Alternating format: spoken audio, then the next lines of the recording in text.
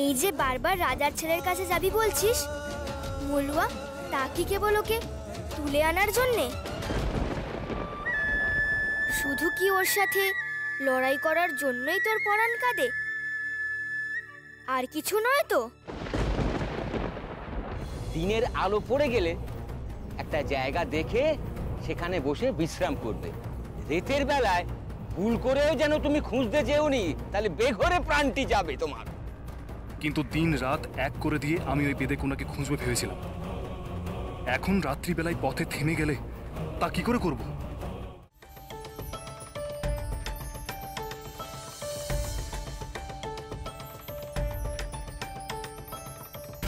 কেউ যেন আজ আমার সামনে না আসতে পারে। আমাকে ওই বেদেকন্যাকে খুঁজে বের করতেই হবে। আমি ওর অব্দি পৌঁছতে চেয়েও পারিনি, কোনোভাবে ওকে আমি ধরতে পারিনি।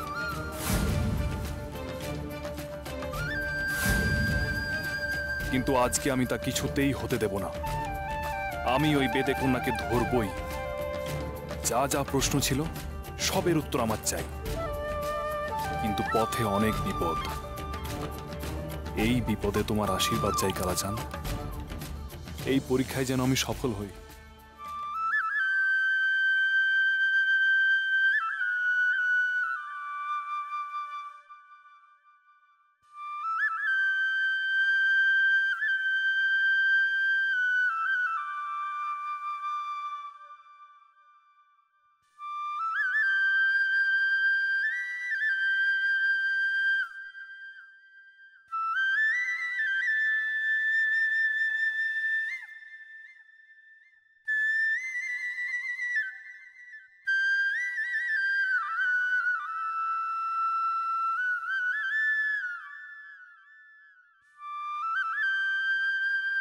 শুনতে পাচ্ছিস?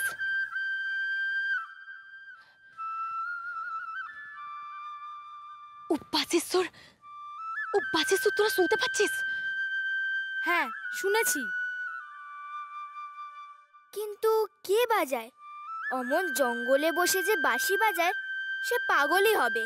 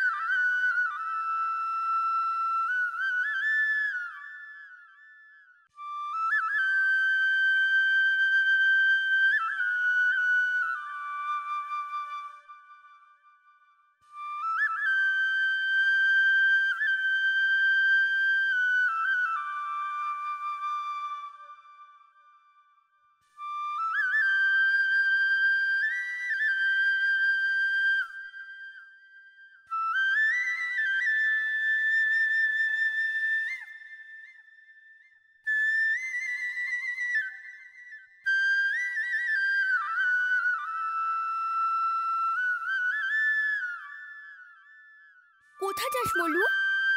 জঙ্গলের ভিতরে তো পথ হারিয়ে যাবে।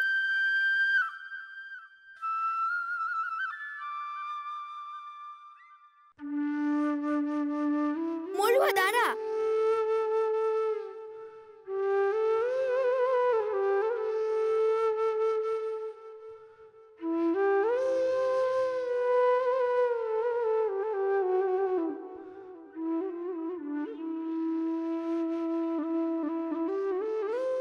কে বাজাচ্ছে? এই বাঁশিটা কে বাজাচ্ছে?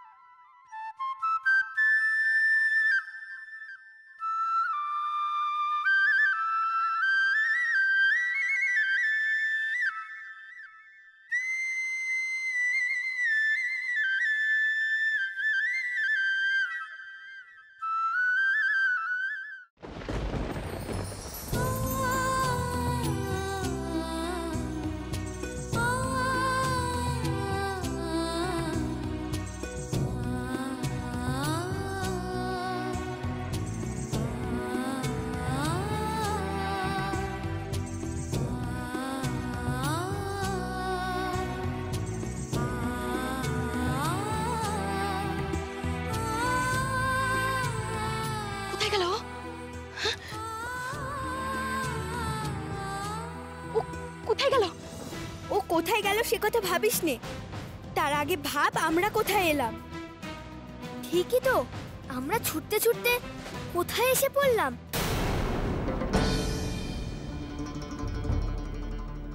আমরা হারিয়ে গেছি রে মলুয়া।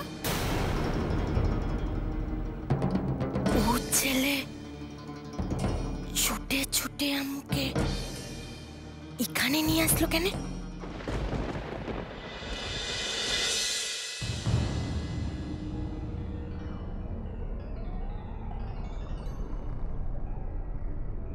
আর যে পা চলে না, গভীর জঙ্গলে এসে পড়লাম।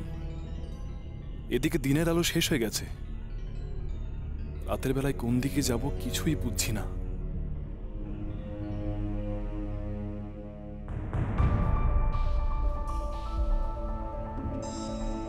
কিন্তু আমাকে যে শীঘ্রই পৌঁছতে হবে ওই বেদেদের গ্রামে।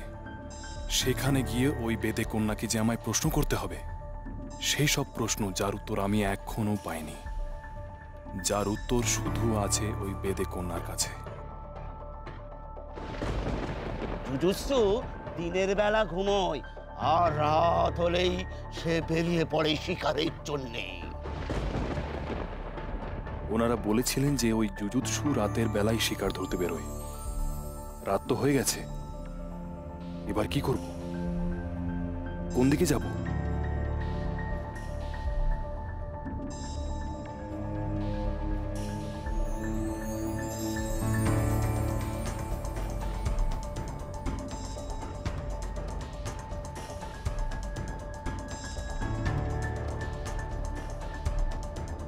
একটু বিশ্রাম তো নিয়ে নি, তারপর ভাবা যাবে কি করব।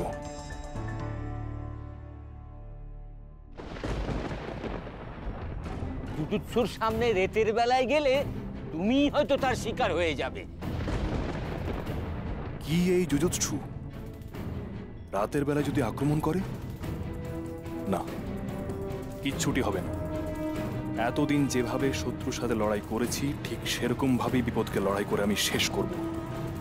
ওই বেদে কন্যার কাছে পৌঁছানোর জন্য যা করার প্রয়োজন হয় আমি তাই করব।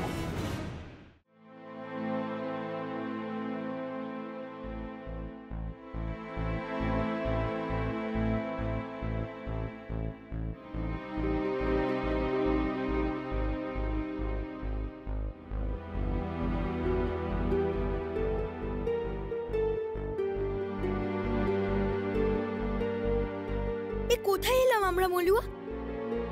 কোনো দিকে যে চিনতে পারছি না। কেউ আছে? বলছে এখানে কেউ আছে? কি হবে এবার মলুয়া? এখানে কেউ নেই, আমরা একা। তার উপর দিনের আলোও চলে গেছে। এই জঙ্গলে আমরা কি করব? হামু কিচ্ছু বুঝতে পারছি না। হামু শুধু চালি ওর রাজবাড়িতে আমুকে যেতে হুপে। কিন্তু রাজবাড়ি যে কোন দিকে সেটাই তো বুঝতে পারছি না। ঠাইমাক বলেছিল এই প্রচন্ডির জঙ্গলে অনেকে হারিয়ে যায়। ওরা আগের বার তো আমরা নুড়ি পাথর ফেলে চলে গেছিলাম। আমি বলেছিলাম তোদেরকে যে তোরা আমার সঙ্গে আসিস লাই, তোরা আমার কথা শুনলি না। আমি তো জানি রে আমার সামনে অনেক বিপদ আসছে। বিপদ তো তোরও আছে, আমরা তোকে কি একা ছেড়ে দিতে পারি? আমরা তোর সাথে এসেছি, বেশ করেছি। এবার আমাদের রক্ষা করার দায়িত্ব যেমন তোর, তেমনি তোকে রক্ষা করার দায়িত্ব আমার। কিন্তু এবার কোন দিকে যাব? এখানে কোথাও তো কিছু নেই।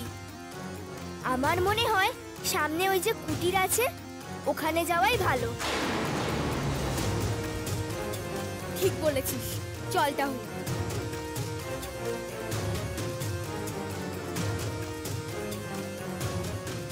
ও বাচ্চা ছেলেটু কে ছিল? আমি কেন ওর পেছনে ছুটলাম আর তারপরেই হারিয়ে গেলাম? কে ছিল ও? এই নিয়তি আম্মুকে কুইন দিকে নিয়ে একটু যাচ্ছে। বুঝলে, সবই নিয়তির খেলা। নিয়তি যাকে যেদিকে নিয়ে যাবে সে তো সেদিকেই যাবে। বলো না, তো তুমি আটকাতে পারবে, আর নাহি তুমি। ওমা, তুমি আবার এখানে মুখ টিপে হাসছো কেন বলো তো? অবশ্য আজ তুমি আড়ালে মুখ টিপে হাসছো, কিন্তু কাল তো এই রাজ্যের সবাই প্রকাশ্যে হো হো করে হাসবে। এসব তুমি কি বলছো জেঠরানী? যা বলছি ঠিকই বলছি। তোমার কি মনে হয় ওই উর্মিমালার পায়ের দাসী বানাবে বলে সূর্য ওই বেদিনী কন্যাকে ধরে আনতে গেছে? তা নয় তো কি? গেছে তো বটেই, কিন্তু দাসী বানাবার জন্য না। হয়তো অন্য কিছু বানিয়ে আনবে, হয়তো বা পাঠ রানী। জেঠরানী, তুমি আমার থেকে সম্পর্কে বড়, তাই আমি তোমায় কখনো কিছু বলি না, কিন্তু তার অর্থ এই নয় যে তোমার যা ইচ্ছে তাই তুমি সবসময় বলে যাবে আর আমি মুখ বুজে মেনে নেব। তোমার বুঝি আমার কথা বিশ্বাস হচ্ছে না গো? না, হচ্ছে না, একেবারে হচ্ছে না। তোমরা যতই বলো না কেন যে আমার সূর্য বেদেদের হাতে পড়বে, কিন্তু আমি জানি এই সূর্য বংশ যদি সত্যিকারের হয়ে থাকে, দিন রাত্রি যদি সত্যি হয়ে থাকে, তাহলে কিছুতেই হতে পারে না, অসম্ভব হতে পারে না। আহ মেজদি, হতেও তো পারে। নিয়তের লেখন কে খণ্ডাতে পারে বলো? মনে আছে ছোটবেলায় কি হয়েছিল? বড়বেলা আবার সেই ঘটনা ঘটতে পারে না। কে বলতে পারে? আমি বলতে পারি ছোট, সেই ঘটনার পুনরাবৃত্তি আর কখনো ঘটবে না। কিন্তু যদি হয়, কি হবে তাহলে? বেচতি সূর্যকে ত্যাগ করবে? হতেও তো পারে, এই বলছিলাম আর কি। ভাবো তো, ওই বেদে কন্যার কি সাহস! হ্যাঁ, একেবারে ঢুকে পড়লো আমাদের এখানে।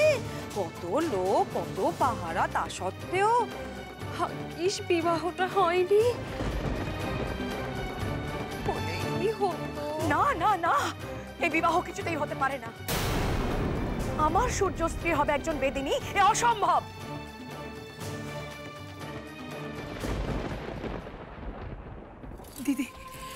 দিদি, দেখুন সবাই কিরকম বলছে। জেঠরানী আর কুন্তলা যাই বলুক না কেন, এই সূর্য বংশে তাই হবে যা মহারাজ নিজে ঠিক করবেন। আর মহারাজের আদেশ, সূর্য ফেরা মাত্রই উর্মিমালার সাথেই ওর বিবাহ সম্পন্ন হবে। সে তো ওই বেদিনী কন্যাকে ধরে এনে উর্মিমালার পায়ে ফেলতে পারল। আর দেখো, আমরা এখানে বসে যতই আকাশ কুসুম চিন্তা করি না কেন, আমরা তো কিছুই জানি না। বলো, কোথায় এখন সূর্য, আর কোথায় বা আছে সেই বেদিনী কন্যা? এখন তো তাই হবে যা স্বয়ং কালাচাঁদ চাইবেন।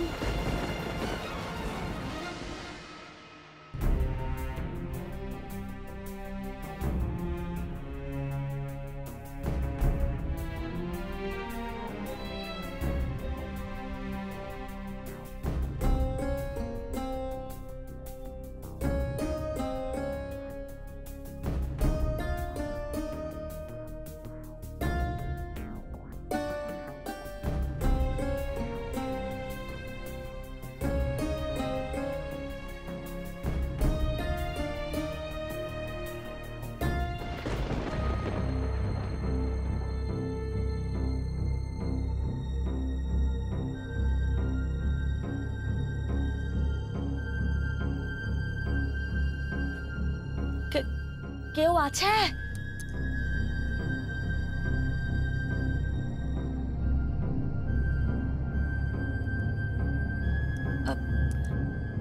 বলছি এখানে কেউ আছে? এবার কি করবি? এখানেও তো কেউ নেই। দেখ, এখানে কেউ তো থাকে, তার জন্য অপেক্ষা করি। কিন্তু ও যদি রেগে টু যায়? রাখবে কেন? আমরা পথ খুঁজে পাচ্ছি না, উনি এখানে থাকেন, উনি পথ বাতলে দেবেন। সেই জন্য ওনার সাথে দেখা করব বলে থাকবো, এতে রাগের কি আছে?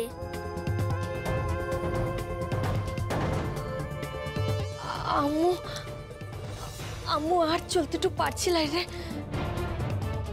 খুব ক্লান্তি তো লাগছে।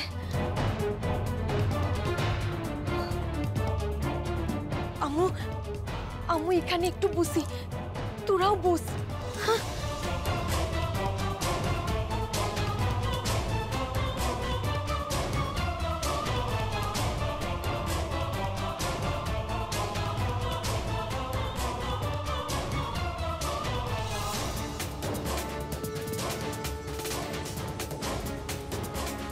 কিন্তু যার ঘর, সে কখন আসবে কে জানে? রাতে তো ফিরবে, এমনিতেও রাতের বেলায় আমরা পথ খুঁজে পাবো না। ঠিক বলেছিস, ঘরের লোক ফিরুক। সারাদিন কোথাও জলটু পাইলাই, জল তেষ্টায় আমার গলাটা শুকিয়ে যাচ্ছে। ও আসলে ওই কাছ থেকে আগে আমু জলটু চাইবো। ও ফিরলে কেন চাইবি? ওই তো জলের পাত্রে জল রয়েছে, নিয়ে খেয়ে নে।